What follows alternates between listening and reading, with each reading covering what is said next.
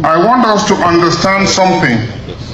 Southern Kaduna is made up of 3.9 million people in 2006 census. Southern Kaduna, as of geographical landscape, is larger than 23 other states of the Federation. But Southern Kaduna, because it is made up of multi-ethnic, multi-linguistic, and minority ethnic groups, it is denied its rights. When I hear people talk about liberty and liberation of Nigerians from Libya, I ask, when will they talk about my liberty and liberation from Southern Kaduna? When I hear people talk about liberty and liberation of apartheid in South Africa, I say I am still under colonial bondage. Colonial bondage in what sense? Because some of you sitting here would not know. Lord Lugard, who was a white man, was not a Christian. He was an atheist, he drank a lot and did not believe in Jesus Christ. The missionaries gave me Jesus Christ, not Lord Lugard. But when he was leaving, he handed me over to a new set of masters. This new set of masters have codified the laws and the structure, and I am perpetually in slavery. I can never rise above a particular limit. So I am the proverbial fly in a cup that is kept covered and sealed, and I can never rise beyond whatever somebody else has placed as my limits. When I come to Igbo land, and I come to Yoruba land, and I see that you are more in number with a greater hegemony, and yet cannot talk with one voice, and are arguing and agreeing, I disagree with myself. Even in a hall like this, I feel sad about it. Sad for the one reason that freedom can only come when even amongst you, the smaller group gives right to the bigger group. Because that is what we are asking for in Nigeria. That is what we are talking for in Nigeria. Let me tell you something. In the middle belt that some of you do not know what it is, let me just, for the purpose or the avoidance of doubt, let you know that the middle belt consists of Niger, Kwara, Benue, Southern Kaduna, Plateau, FCT, Nasarawa, Adamawa, Gombe, Bauchi, and Taraba. If you draw a line, I asked my assistant to come with it, but we don't have time, so I'll allow him to sit down. But if you draw a line across Kaduna, straight across, you will find out that Gombe, Nasarawa, Taraba, Adamawa are all below Kaduna on the map. They are not above. So how can Taraba and Adamawa be northeast when they are below Kaduna? They are supposed to be in the middle belt. Somebody somewhere has changed your geography. Somebody somewhere has changed your mental thinking. It took me 9 hours to drive from Kaduna to Enugu. But I followed the route of the colonial master so that we can have people who are going to tell us that we are very far from each other. But we are not. If you go to America and you go to Britain, roads are built so that it connects the nation together. In Nigeria, roads are built to connect colonial communities together, people who should be oppressed, so that me, who is in a village that is less than 5 hours or 4 hours from Enugu, are made to feel that I'm nearer to somebody who is 14 hours away from me because of the design of geography. Look at the map here. Here is Kaduna. Don't draw a straight line. You will see where Gombe, Adama, and others are. Who is doing this? Why is he doing it? I want to ask, we have our eminent father here forgive me, sir, for not being able to call the title. It's not out of disrespect, sir. Our daddy Achebe is here. Let me, no, forgive me. You'll make me twist my tongue. I'm sorry. He is here. What makes him a second-class chief to any other chief anywhere in Nigeria? No reason. He is revered. I saw when he came in and I felt the air of importance and cultural value. Why has somebody sat and another person all of a sudden is recognized as the first and others are second? What is creating this level of domination? Let me say it categorically clear here. I believe a host of us sitting here, we have nothing against any religion because all religions are good and pure. based on the fact that there are people who practice it, but there are people who use religion to oppress others for their own good. And they are few in number, very few in Nigeria. And they are using it to acquire land. They are using it to acquire power, and they never work for it, but they are enjoying the bounties of the land. So they are not willing to allow anybody enjoy it. So anytime we want to look for freedom like restructuring, they say it cannot work. It should work and must work. Thank you. The main thrust of the draft bill seeks to revert Nigeria to the 1963 Constitution of the Federal Republic of Nigeria. The 1963 Constitution was the first and last constitution duly negotiated by Nigerians, ethnic nationalities, and passed into law by a democratically elected parliament in 1963. It therefore passed the litmus test of having been made by we the people via universal human suffrage. All constitutions following that one were handed down to us by undemocratic military governments. The 1963 Constitution is important because it has a clause that takes care of transition. Initially, transition from ethnic nationalities governance statecraft to colonial democracy between 1900 and 30 September 1963. Then it never envisaged the military coming into the equation. But since they came in, we had two clear opportunities for the military to really transit back to republican democracy, first in 1993. But that was missed, or it was messed up. These are simple composite administrative units without any full devolution of power, resource control, and the basic tenets of the federalism as it obtains anywhere in the world. We've realized that our northern brothers, who we have stayed together, have continued to use us for their own purposes. But when it comes to sharing the cake, we are not part of it. The British, through indirect rule, brought these nationalities in the north under some system which was alien to us, to the extent that some of our traditional titles had to change. Some traditional titles which had traditional names had to change to either Emir or Emirate or whatever because of the dominant North. While the people in that emirate are either traditional worshippers or Christians. So all these are distortions created through the indirect rule foisted on us by the British. So today we are saying, look, enough is enough. You can't continue to remain docile in the same position all the time. You see a better position, you move to that better position. And because of that, we believe a better position now is partnering with people in the South, so that we can forge a better Nigeria, where every Nigerian will have equal status as Nigerians, not some Nigerians dictating to others. Okay. So that's where we are. I get your point. Thanks for that clarification. Where is the middle belt? And what is your take on this idea of one North? Thank you very much. That monolithic North is dead and buried. Kilba nationality in Adamawa State. Much of southern Borno, the whole of Adamawa, Taraba, Benue, Nasarawa, Plateau, part Gombe, part of Bauchi, FCT, Southern Kaduna, Kogi, Kwara, Kebbi, part of Kebbi, that is the Zulu side, Niger. All these were part of the areas considered. Now, if people migrated to occupy some people's land, it doesn't change the demography.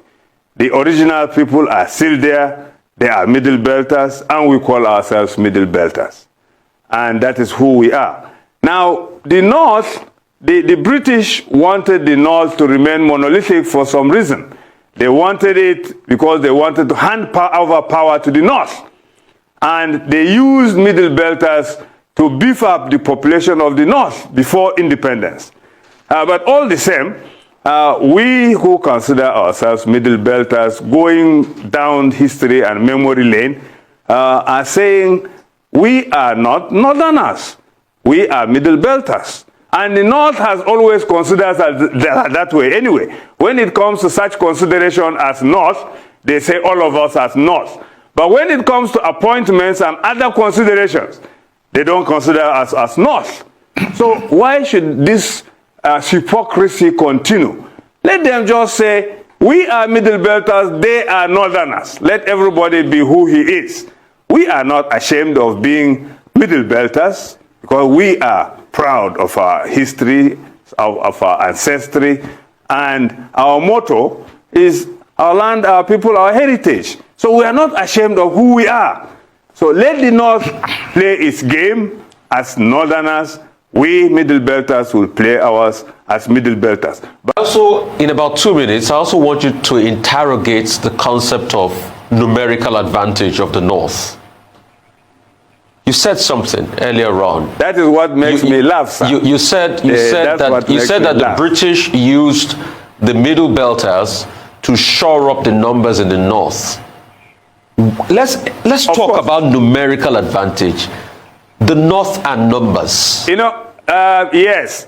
Thank you. The North they use this argument, we have the numbers, etc. Take the middle belt out, where are the numbers? They know they don't have the numbers, sir. Now, for the context of which we're talking about, can you highlight what part of the country exactly comprises the middle belt so that people don't get it wrong exactly? Okay. What states, what areas, what regions? There are those who believe, you talked about Uromi now, there are many who believe that Edo State is part of the middle belt. No. Could you please describe what states make up this middle belt region we're talking about? The Middle Belt is a conglomeration of autonomous, independent ethnic nationalities of the North. And when I'm talking about independent ethnic nationalities, I'm talking about Southern Kebbi, I'm talking about Southern Borno, I'm talking about Southern Yobe, I'm talking about Southern Bauchi, I'm talking about Southern Kaduna, I'm talking about Gombe, I'm talking about Taraba, I'm talking about Adamawa, I'm talking about Taraba, I'm talking about Benue, I'm talking about Plateau, I'm talking about Nasarawa, I'm talking about Kogi, I'm talking about Niger, and I'm talking about the Federal Capital Territory. That is 15 states of the North is what the Middle Belt encompasses. And beyond that, the Middle Belt is a conglomeration, like I have stated, of ethnic nationalities who are independent of the Sokoto Caliphate and the Sultanate of Borno when the British came in 1900. So all of these ethnic nationalities that I've mentioned have never been under the rulership or the leadership of either the Sokoto Caliphate or the Sultanate of Borno. So they have been independent before the British came in 1900, and up till this moment we have remained an independent conglomeration of multifarious ethnic nationalities. There's clearly more than what meets the eye in all of this, because based on what you've explained to me now, geographically I can see that those states you mentioned are actually very rich in agriculture. The river basins in those states, spread across. It's almost seeming like it's there's some kind of connection with what. My brother, I'm telling you, and I'll keep on telling you, I'm from Benue State. I know be Hausa. Stop calling me Hausa. Go on, punish you. Benue State is not part of northern Nigeria. We are central Nigeria. Do you understand? If you doesn't want to call it middle belt, call it central Nigeria. Simple. How many times am I going to tell you that we are not Hausas? Eh? We are not Hausas. We're going to kill you. You know, get sense. So as you speak English, you become Englishman. Eh? As you speak English, an Englishman you be. If they say us, give Hausa, that mean will be Hausa be. Go on punish you. You dey craze. So some people call me on phone and ask me, where are you from? And I'll tell them I'm from Nasarawa State, and they'll be like, oh my God, you're Hausa, I thought you are Igbo. Who told you that Nasarawa State is Hausa? In case you don't know, I'm a Gatu. Just the way Hausa man will never accept that he's a Gatu. The same way we will never accept that we are Hausa. And if you don't know, I'm not a Northerner. Yeah, it's as simple as that. You can say it. I don't know whatever covenant my father and their father did that my forefathers accepted to be called Northerners. But as for me, the word come, if not like me, the talk say will be not. Me, deep down, I know I'm not. I'm a Gatu. I'm not Hausa. And my people, my dialect, most of us don't even understand Hausa that much. And if you go to most villages in Nasarawa State, they don't speak Hausa in villages. It's only within the town they speak Hausa because they want to transact things. And even within the town, they still speak their dialect. So I'm not Hausa. If you call me on phone and I tell you I'm from Nasarawa State, you say I'm Hausa, that one is between you and what you know. But what I know, I'm not Hausa and I'm not. It's as simple as that. I'm a Gatu. Yeah, not Idoma. I'm a Gatu. We are no longer hiding under the umbrella of anybody. I cannot keep hiding under the umbrella of Hausa. Then my children will forget my culture and they will be calling them Hausa, or be hiding under the umbrella of Idoma. I'm not Idoma, I'm not Hausa, I'm a Gatu, and I'm not a Northerner. Simple. Period. So before you come here and ask me where are you from, I've already tell you where I'm from. I'm from Nasarawa State, and I'm a Gatu, not Hausa, not Kanuri, not Northerner. Simple. Good day to our viewers all over the world and welcome back to Local Journal. Honestly, the actions of our colonial masters caused a huge problem in the Middle Belt region, and honestly they are not happy about their situation because they were independent before the colonial masters came into Nigeria.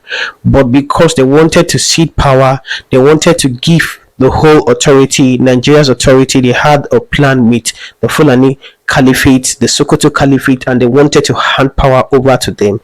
They had to cut the Middle Belt and join them under the Fulani, the Sokoto Caliphate, making the northern part of Nigeria bigger than other parts of Nigeria and causing this political imbalance in Nigeria. Now they seem as if they are subservient people to the Sokoto Caliphate, which is not supposed to be so, because these people were independent. They are independent nationalities who had their own kingdom before the British came, but because they wanted a power play and they had their own ulterior motive, they had to join them, annex them, and give them to the Sokoto Caliphate. Even the Sokoto Caliphate, which is controlled by the Fulanis, are not originally from Nigeria. They came into Nigeria in the 18th century and conquered the Hausas, and that is the reason why they are the ones controlling that part today. But the Middle Belters are coming out to say that enough is enough, that they cannot sit under these people and they cannot watch while their own history is written up, because they are not supposed to be subject to anybody whatsoever or subservient to any part, because they are independent people and they want their own autonomy as well. And that is the reason why they are clamoring for a return back to the regional system of government. And I think returning back to the regional system of government will further help this whole problem that we're having, because everybody should be able to determine the region or the area they want to belong, not like trying to annex a particular area or a particular region or a particular area of a country which doesn't have anything related to one particular region, just because you feel you want to give them superiority over the remaining region. It's not making any sense. Allow people to choose whichever place they want to join. When a regional government comes in now, if the people of the Middle Belt wants to join the South, they should be allowed to join the South. And if they want to have their own region, there should be a Middle Belt region, because that place is big enough to have their own region on them, or that's for themselves. Because like they, from the map and everything they've stated, they have more than 15 states. They cut across 15 states in the north. So why shouldn't they have their own region if they so will? These people don't want to be, they want to be independent just like they've always been, and they want to have their own autonomy, and they don't want to have anything to do with the Fulanis or whatsoever. This is what they are saying. Can you drop what you have to say in the comment section? And if today is your first time to visit our channel, please can you like, share, and subscribe to our channel.